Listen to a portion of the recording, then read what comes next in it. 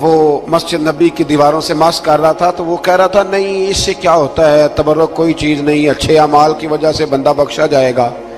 میں نے کہا تو مجھے ملے تو میں تجھے بخاری کھول کے دکھاؤں کہ حضرت عبد الرحمن ابن عوف جنہیں حضور نے قطعی جنتی کہا، حضور کے وجود پر کرتا دیکھ کے کہنے لگے حضور بڑا ہی سونا لگ رہا ہے، تو فرمایا تجھے چاہیے حضور مل جائے تو کیا ہی بات ہے۔ نبی پاک نے عطا کیا تو صحابہ کہنے لگے عبد الرحمن آپ کو تو ضرورت نہیں تھی، آپ کے پاس تو بڑے لباس ہیں، تو یہ کرتا حضور نے قبول کر لیا، کوئی لے کے آیا اور آپ نے مانگ لیا تو وہ رو پڑے، کہنے لگے پہننے کے لیے نہیں مانگا، یہ حضور کے جسم سے لگ گیا ہے، میں نے کفن بنانے کے لیے مانگا ہے۔ تو کہتا ہے حضور کے تبرک میں خیر کوئی نہیں۔ اور آپ یقین کریں ان لوگوں پہ حیرانگی ہے، ہم نے بھی مرنا ہے نا جی، بڑی جلدی قبر میں جانا ہے، وقت کا کچھ پتہ نہیں، لیکن اتنے اندھے ہو کر لوگ چیزوں کو دیکھتے ہیں اور اس تیزی کے ساتھ گمراہی پھیلاتے ہیں۔ مجھے باقاعدہ کسی نے ویڈیو بھیجی اور کہنے لگا جی دیکھیں کتنی اچھی بات کر رہا ہے، لوگوں کو سمجھائیں، تو میں نے کہا نہیں اس کو سمجھانے کی ضرورت ہے۔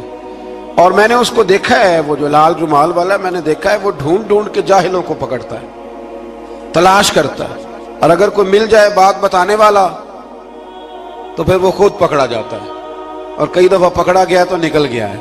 اللہ تعالی ہمیں سمجھنے کی توفیق دے، ہم سیانے ہو جائیں تو یہ دور دور تک نظر نہیں آئیں گے انشاءاللہ۔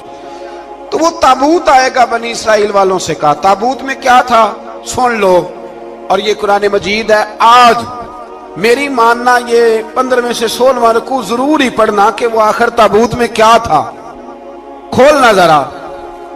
قرآن مجید کہتے ہیں کہ حضرت موسیٰ علیہ السلام اور حضرت ہارون کے تبرک تھے، تو تبرک کیا تھے؟ تمام مفسرین نے لکھا ہے کہ حضرت موسیٰ کا ایک کرتا تھا، ایک ڈنڈا تھا، جوتے تھے، اور جناب ہارون علیہ السلام کا امامہ شریف تھا، اور تورات کی کچھ تختیاں تھیں۔ تو اس کا فائدہ کیا تھا؟ اس تابوت کا فائدہ یہ تھا کہ بنی اسرائیل والے جب اپنے دشمنوں سے لڑتے تھے تابوت سامنے رکھ کے دعا مانگتے تھے، اللہ انہیں کامیابی عطا کر دیتا تھا۔ تو قوم عمالقہ کو بھی پتہ چل گیا کہ صندوق میں کچھ ہے جس کی وجہ سے یہ کامیاب ہو جاتے، وہ صندوق اٹھا کے لے گئے۔ اب ان کی کم بختی یہ، کم نصیبی یہ کہ انہوں نے جا کے اسے روڑی پہ پھینک دیا۔ جب روڑی پہ پھینکا تو ان کے اندر بیماریاں آ گئیں، وبائیں پھوٹ پڑی، مرنے لگے، وجود پھولنے لگا۔ پھر ان کے دلوں میں بات آئی کہ یہ ہم نے اس صندوق کی بے ادبی کی ہے۔ صندوق میں کیا ہے؟ تبرکات۔ ہمیں کہتے ہیں جی نالین کا نقشہ کیوں لگایا ہے؟ تمہارے تو بزرگوں کا عقیدہ ہے سر پہ رکھنے کو مل جائے اگر نقش نالے پاک حضور تو پھر کہیں گے کہ ہاں تاجدار ہم بھی ہیں۔ تو کہا کہ اس کے اندر یہ تبرکات تھے، انہیں بھی سمجھ میں آئی، تو انہوں نے نا بیل گاڑی منگائی اور وہ صندوق اٹھا کے اس کے اوپر رکھ دیا۔ اب کیا ہوا؟ قرآن کہتا ہے کہ فرشتوں نے نا اس صندوق کو وہاں سے اٹھایا۔ مفسرین نے لکھا اس کا معنی یہ بھی ہو سکتا ہے کہ اس بیل گاڑی کو ڈائریکشن پہ لگایا، ادھر سے حضرت شمویل علیہ السلام نے جناب طالوت کو بادشاہ بنا دیا، اور ادھر سے وہ صندوق چل پڑا۔ کہا بھئی ہم ان کو کیسے بادشاہ مانے؟ تو فرمایا بادشاہ اس طرح مانو گے کہ تمہارا وہ صندوق آ جائے گا، اور قرآن کہتے ہیں اس صندوق میں تمہارے دلوں کا سکون ہے، اس میں تمہارے دلوں کا۔ اور بھائی ہماری تو کوشش ہوتی ہے بزرگوں سے کوئی چیز مل جائے، اللہ والوں کا کوئی تبرک ہمارے ہاتھ آ جائے۔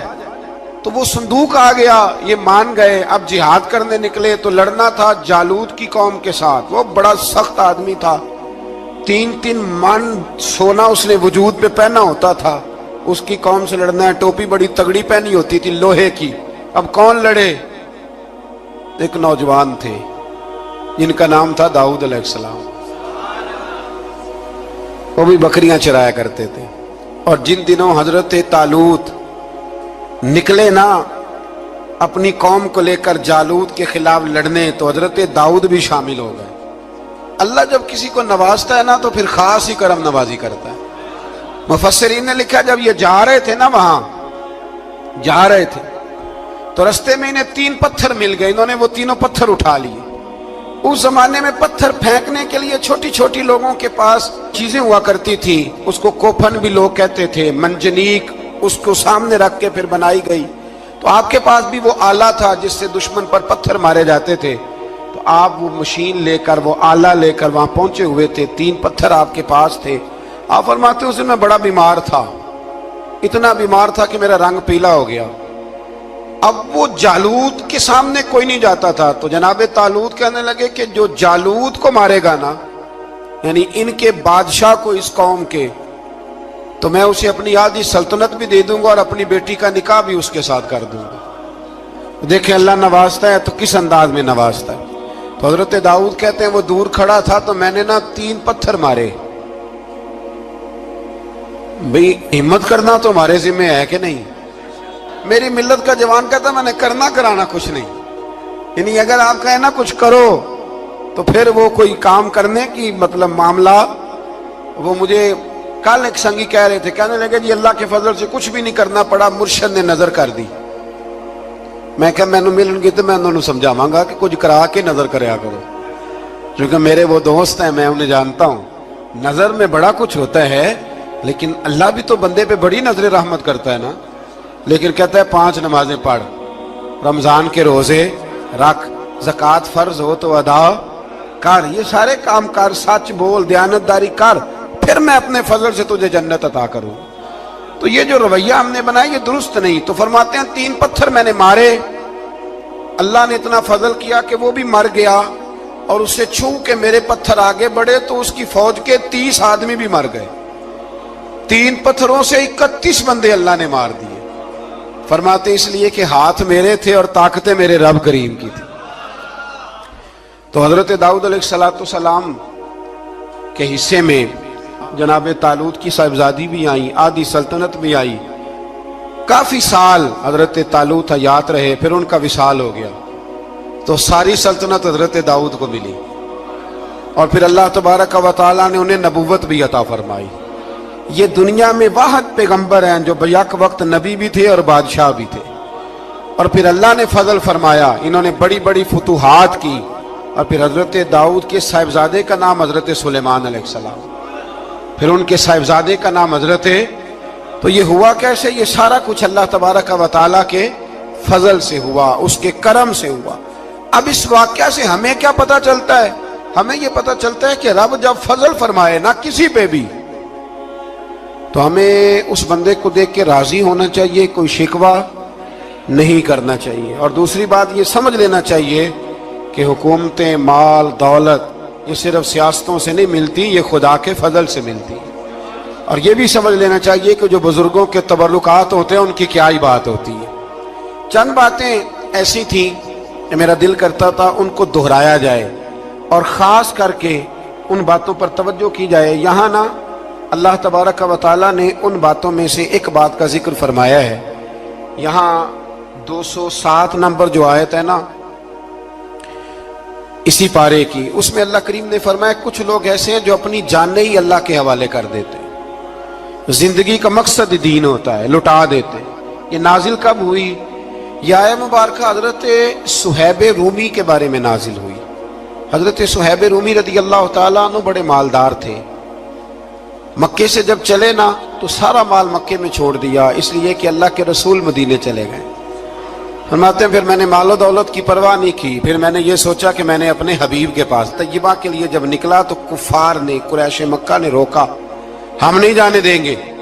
تو حضرت صہیب رومی فرمانے لگے بھئی سنو, میں کمزور نہیں, میں طاقتور آدمی ہوں, اور تم میں سے کوئی ایسا مائی کا لال نہیں جو تیر چلانے میں مجھ سے زیادہ سیانا ہو, تلوار چلانے میں مجھ سے زیادہ عقل مند ہو. جانا مدینے میں نے ہے. اب یہ ہے کہ تم بتاؤ میرے ساتھ تیروں تلواروں سے لڑو گے یا میں تمہیں ایک سودا بتاؤں گا, سودا کرو گے؟ قریش کہنے لگے سودا کیا ہے؟ کہنے لگے میرا بڑا مال ہے, میں مکے میں دفن کر کے آیا ہوں, تم مجھے مدینے جانے دو, میں تمہیں سارے مال کا پتہ بتا دیتا ہوں. ہزاروں لاکھوں میں تھا مال تجارت. دیکھیں جب صحابہ مدینے جاتے تھے تو کتنی قیمت دے کے جایا کرتے تھے. تم مجھے جانے دو, میں تمہیں وہاں کا پتہ بتاتا ہوں. انہوں نے کہا جی بات ٹھیک ہے, آپ پتہ بتا دیں. حضرت صہیب نے ساری زندگی کی جمع پونجی ہزاروں لاکھوں میں ساری دے دی اور مدینے کے لیے تیار ہو گئے. اللہ کریم نے اس بات کو بڑا ہی پسند فرمایا اور فرمایا وَمِنَ النَّاسِ مَن يَشْرِي نَفْسَهُ ابْتِغَاءَ مَرْضَاتِ اللَّهِ، فرمایا کچھ لوگ ایسے ہیں جو اپنی جانیں ہی بیچ دیتے ہیں اللہ کی رضا حاصل کرنے کے لیے، اپنی جانیں بیچ دیتے ہیں، نَفْسَهُ ابْتِغَاءَ مَرْضَاتِ اللَّهِ، اللہ کی رضا حاصل کرنے کے لیے اپنی جانوں کو بیچ دیتے ہیں۔ تو فرمایا پھر اللہ کیا کرتا ہے؟ فرمایا واللہ رؤوف بالعباد، پھر اللہ بھی اپنے بندوں پر بڑا ہی رحم فرمانے والا ہے۔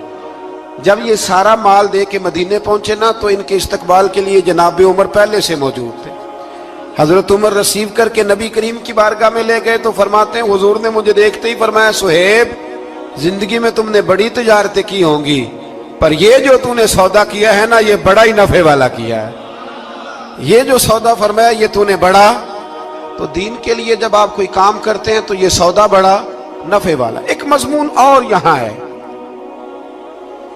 216 نمبر آیت میں، وہ بھی بڑا ہی سمجھنے والا ہے۔ اللہ کریم نے جب جہاد فرض کیا نا تو فرمایا کتب علیکم القتال، ہم نے تم پر قتل کرنا، قتال کرنا فرض کیا ہے۔ فرمایا ہو سکتا ہے تمہیں یہ کراہت محسوس ہو، مشکل لگے، برا لگے۔ ایک بات جو آج کی نصیحت ہے اور مضامین قرآن جو ہم سیکھ رہے ہیں اس کے اندر سے ہمیں یہ خاص چیز ہے جس کو سمجھنا چاہیے۔ اللہ کریم نے فرمایا کہ تم پر جہاد فرض کیا گیا ہے، وَهُوَ كُرْهٌ لَكُمْ، ہو سکتا ہے تمہیں ناپسند ہو، تو ایک نا ساری زندگی کے لیے ایک نصیحت کر دی۔ فرمایا وَعَسَىٰ أَن تَكْرَهُوا شَيْئًا، ہو سکتا ہے تم کسی چیز کو ناپسند کرو، وَهُوَ خَيْرٌ لَكُمْ، اور وہ تمہارے لیے اچھی ہو۔ اللہ اکبر، یہ وہ بات ہے اگر سمجھ میں آ گئی تو کلیجہ ٹھنڈا ہو گیا، زندگی سکون میں آ گئی۔ فرمایا ہو سکتا ہے تم کسی چیز کو ناپسند کرو اور وہ تمہارے لیے بہتر ہو۔ وَعَسَىٰ أَن تُحِبُّوا شَيْئًا، ہو سکتا ہے تم کسی چیز سے محبت کرو، وَهُوَ شَرٌّ لَكُمْ، اور وہ تمہارے لیے بری ہو، اچھی۔